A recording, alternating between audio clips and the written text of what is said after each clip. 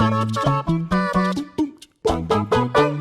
everyone, welcome to WhatCulture Gaming. I am Kirsten Ria, and today I'm going to be reviewing a Game Pass game called It Lurks Below. I put a little poll out for you guys, and this is the one that you voted for, so that is what I'm going to be playing today, and just giving you my thoughts and opinions on whether I think it's worth downloading. Obviously, if you do have Game Pass, the games are kind of like free, I guess. I guess not really, I don't know. You know what I mean. They're kind of free, but is it worth your time? Is it a good game?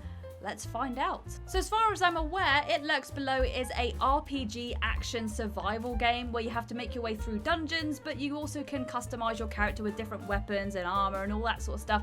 And you've got to try and traverse your way through and find out what evil lurks below. So that's what I'm going to be doing today. It's going to be interesting. I'm getting Gauntlet vibes, like really old Gauntlet vibes. So is it just going to be a never-ending cycle of death and demons and all that sort of stuff, or is there going to be an end? I very much doubt we'll get to the end in this video, but let's see.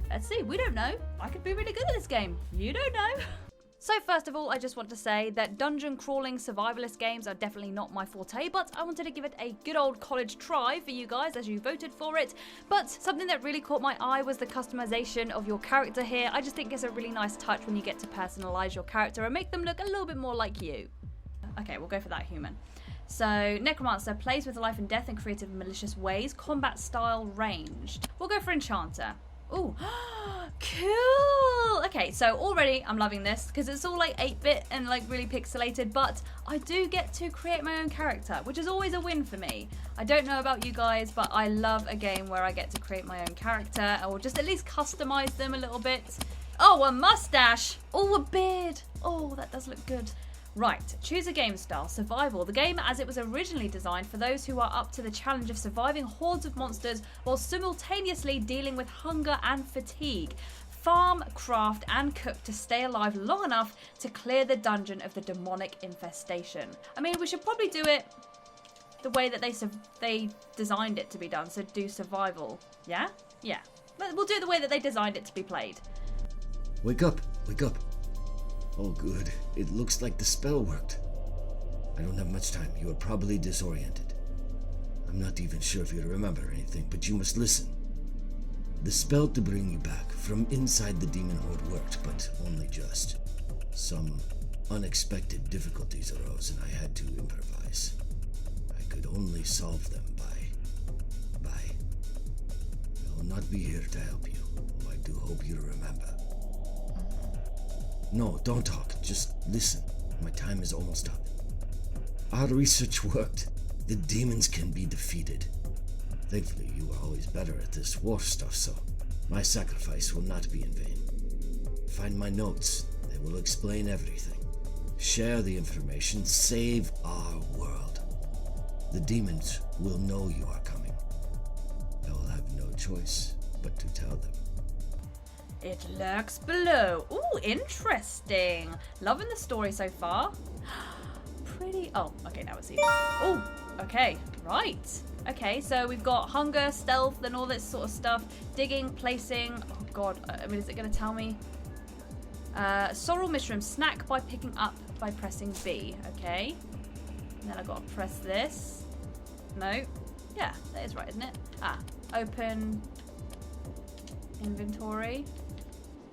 Now what? So this is one of the gripes that I have with this game. I feel like maybe they aren't clear enough with what it is that you're supposed to be doing. In the top right corner, you'll see a little notification saying new, and I kept pressing the little start button because I thought that's what I was supposed to be doing, but it wasn't actually indicating me as to where I needed to go. Like if there was a little notification thing next to the quest, then I could have easily found it, but it just seemed like it was really difficult to actually navigate through what I was supposed to be doing. So I ended up getting lost for a good 20 minutes, and I was just walking.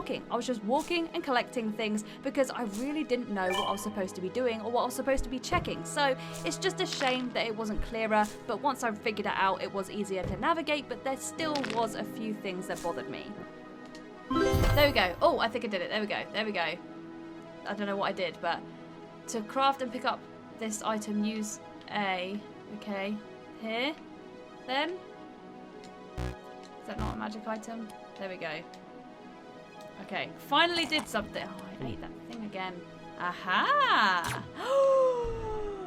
Now we're talking. Okay, so already a quarrel with this is that it's very confusing to try and understand as to what I'm supposed to be doing. It's saying, like, it's, I don't know, the menu just doesn't seem clear enough to me. It's probably just me being an idiot, but for me, the menu doesn't seem clear enough.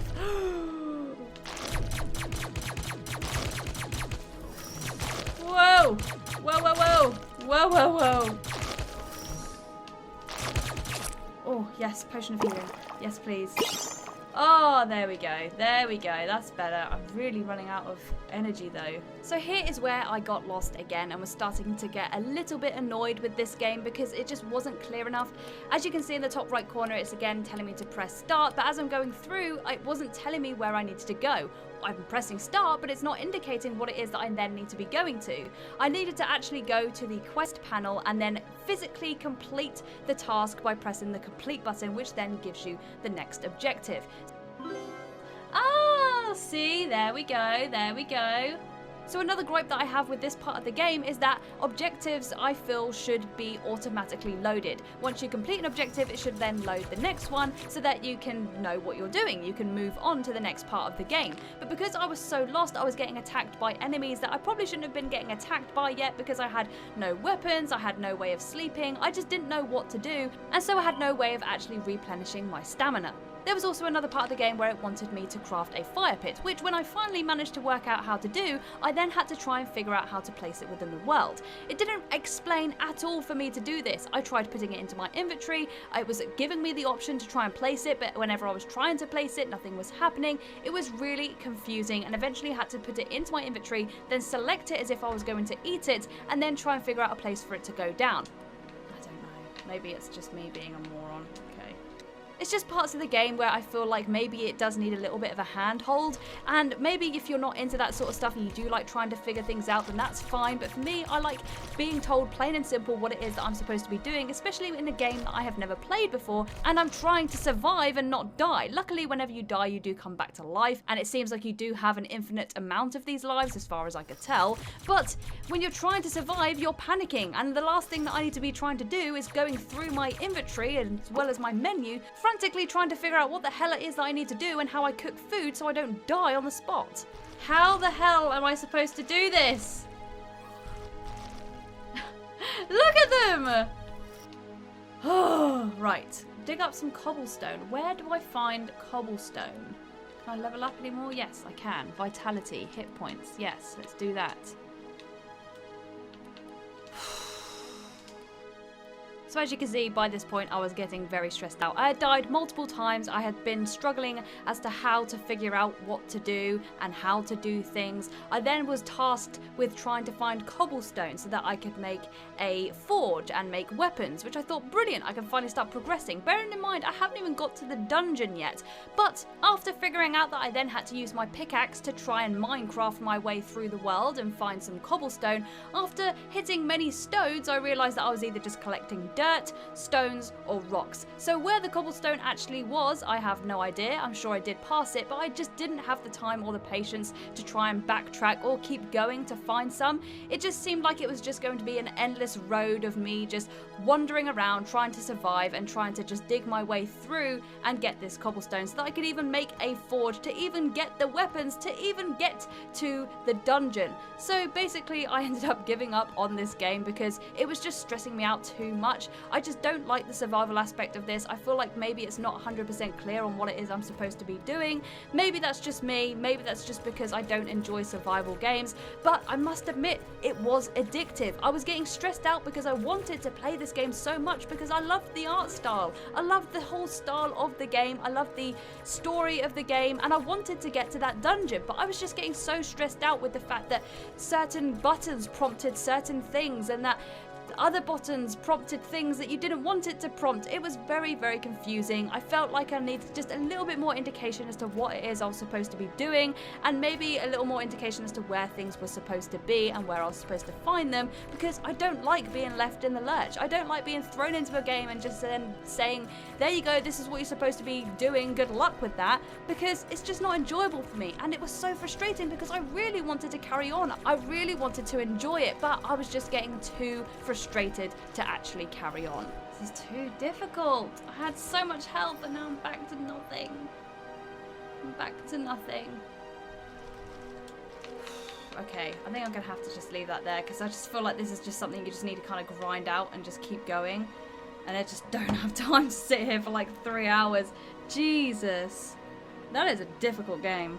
So all in all, I did really enjoy myself at certain parts of this game. I did find myself getting really addicted. I wanted to keep going. I wanted to try and get to the dungeon, but I was just getting too frustrated with not having a clear enough signal as to what I was supposed to be doing and feeling like things just weren't laid out in a way that was clear enough to me. But that could personally just be me. I don't like having to use my brain too much when I'm playing video games, and also survival games just aren't really my sort of thing, but I did really enjoy myself, and this game has some really good ratings. So if you are really into survival games and RPGs, this does have a really unique art style. That's one of the things I really loved about it. I love the art style, I love the cute little person that you play as, but having to craft items and trying to survive as well is just not something that I enjoy doing in a video game, and it's something that I really struggle with because I just don't have the brain power to be able to quickly do these things and put stuff together, as well as trying to figure out what it is I need to make, as well as having to trek miles and miles throughout this game and play it for a good long while. It seems like a game you're going to have to sort of grind out for a good few hours to collect enough items and